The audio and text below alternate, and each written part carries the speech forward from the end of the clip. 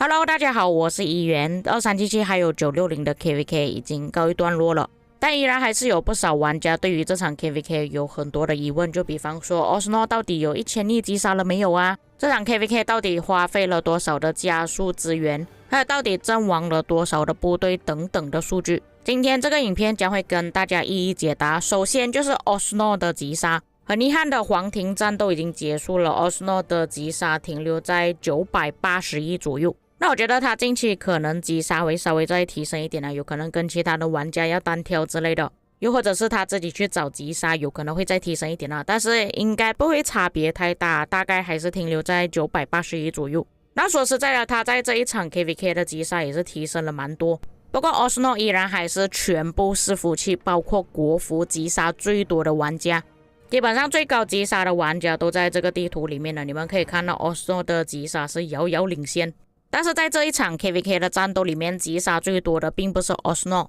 而是 BT Cyborg。那其实在这一场 KVK 里面呢， Prodigal 跟 BT Cyborg 一直在争夺第一名的位置。那以目前来看，很显然 BT Cyborg 的击杀是比起 Prodigal 还要多出了一点，不过这两个人的分数还是蛮接近的。那么 Osno 到底拿到了多少的击杀？ Osno 的排名是在第22名，那这里的分数呢其实是计算积分而已。换算下来的话， Osno 在这个赛季总共是击杀了 4.7 亿的 T5 部队，等于说他在这场 KVK 里面总共是提升了94亿的击杀积分。那说实在的，在一场 KVK 里面可以获得94亿的击杀积分已经算很离谱了，但是我们再讲回去刚刚的那两位玩家，第一名的分数换算下来总共是击杀了10亿的 T5 部队。10亿什么概念？换算去击杀积分的话，总共是提升了200亿击杀积分。200亿击杀积分等于现在我手头上这个账号的所有击杀分。你们知道这个有多离谱吗？既然他们的击杀积分都已经这么高了，当然大家也是会好奇说他们到底用了多少的加速跟资源。那么 BT Cyborg 我就没有办法去询问毕竟他是敌人我不懂他会不会回复我所以我去问了 Prodigal。那我也是拿到 Prodigal 的资源消耗截图了，他总共是消耗了3623亿的资源。我玩那个游戏这么多年，有没有采集到3623亿都不知道。我们以一个正常玩家在一场 KVK 中消耗资源的数量来计算的话，通常会消耗200亿左右。他这里的资源消耗如果给一般玩家的话，总共可以消耗18场 KVK 了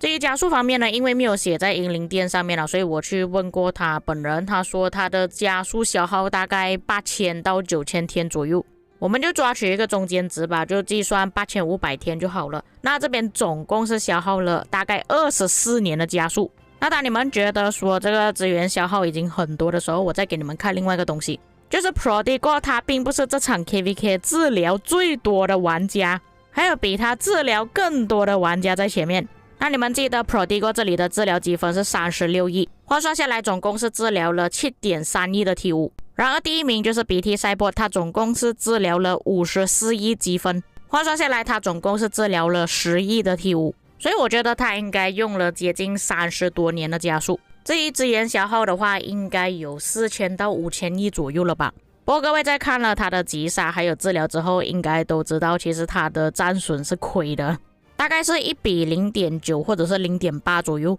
那不只是 BT Cyborg 而已我发现到蛮多2377的大哥他们的战损比都是亏的。不过当然这也意味着他们都是在最前面的那位玩家帮大家去挡着伤害，因为还没有计算阵亡如果加上阵亡的话，其实他们的报告会更亏才对。又或者是玩家的玩法可能不太一样所以他们的战损是比较亏的，就像我自己本人也是亏的因为我在以往的记录呢，通常我的战损比都是1比2左右这一次比较大的问题就是大家都在拉扯，也没有多少玩家肯往前冲通常我在打架的时候都是冲前面的位置所以我的战损比会比较难看一点。你们看直播的回放就知道了。那我所使用的这个账号呢，也是消耗了蛮多的资源加速。在这一次的 KVK 途中，我也是阵亡了蛮多部队的，所以我在中间其实有训练过3次部队了。那一开始我的加速是有8000天左右的，那最后剩下大概1000天，我觉得应该用了大概10年到12年左右的加速吧，因为我自己训练部队的时候都不知道消耗了多少年的加速。资源消耗总共是消耗了1575亿，虽然没有那些大佬消耗的这么多，但是对比一般玩家来说，这里的资源消耗也算是很多了。但是资源返还只有10%而已。说实在的，这个10%的调整呢，需要再调高一点呢，因为我们是胜利了，所以只能返还10%，那失败的王国可以拿回15%，但是我觉得没有什么太大的差别。我是觉得，如果策划想要玩家的压力不要这么大的话，至少返还30%到50%左右会比较合理一点。10%真的是不痛不痒。你们现在看到我返还157亿，感觉很多，但是也是因为我消耗多才返还这么多亿。而且就是这个 KVK 真的消耗的太夸张了。像这个剧本中，你的统帅就可以额外再带多3个助阵技能，然后在 KVK 里面本身又有额外的 buff， 像所有伤害提升40%，然后我们在前置中获得了第1名，又有额外的3%所有伤害，还有统帅的伤害数值现在又这么高，我觉得官方真的要调整了，不然一般的玩家看到，哇，议员你在这场 KVK 里面总共消耗了1500多亿资源，那我怎么去打哦？我只能坦白跟各位讲，还好960大多数的玩家资源加速是充足的，否则在关卡4的时候可能战斗3天就已经结束了。所以你们看到2377为什么在黄庭只是撑了1天时间，真的不能怪他们，你自己想一下这边资源加速消耗多大。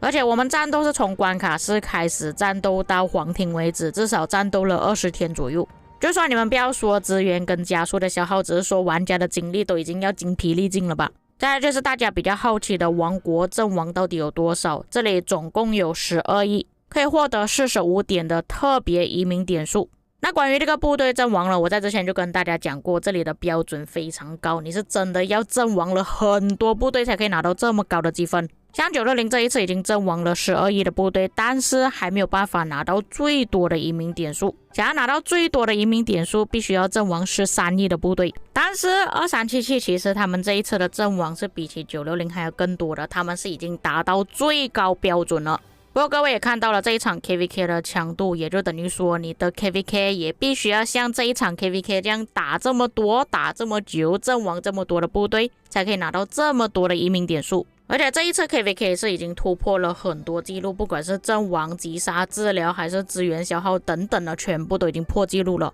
再来就是俄罗斯父子，在黄庭战斗结束之后，他们依然还剩下16亿战力。如果没有记错的话，这2个账号依然还是整个伺服器里面战力最高的账号。那更离谱的就是这2个账号同时都破纪录了。什么纪录呢？就是在单个赛季里面阵亡最多的账号。这2个账号原本的历史最高战力有26亿，现在剩下16亿。等于说他们在这一场 KVK 里面损失了10亿战力，是已经超越了之前纪录保持者犹大。那他这个战力会掉这么多呢？是那时候1254与1365的战斗，所以他掉了8.2亿的战力。原本还想着说他这个阵亡已经很离谱了，没有想到俄罗斯父子更加离谱。但是这2个账号毕竟还是来自同一个家庭啊，如果把这2个阵亡加起来，总共是阵亡了20亿的部队，等于损失了2个88，一人掉了一个88的战力。之前国服还有不少的玩家在疑惑说啊，他们提升这么高战力，他们会阵亡吗？那你们现在看到了吧，他们是真的会阵亡的。所以之前为什么他们想要冲30亿战力呢？就是准备在 KVK 里面阵亡的。而且说实在的，只是光靠这2个玩家的账号呢，都已经耗损了960不少的战力。而且不是只有这2个玩家在防守旗帜要塞而已，还有加上另外一个 BT 赛 bot。之前他们就有做过一个五角大厦，然后我们集结了大概13分钟左右，完全打不下来，只是一份报告而已，双方各自都已经阵亡了300万的部队。这个旗帜多数都是这3位玩家在补的。那今天的影片先暂时说到这里。那其实这一场 KVK 里面呢，还有其他的东西可以说明了。不过我不想把影片做得太长啊，可能分成另外一个影片。所以各位在看了今天的影片之后有什么感想，可以在评论区给我知道。我们下个影片再见。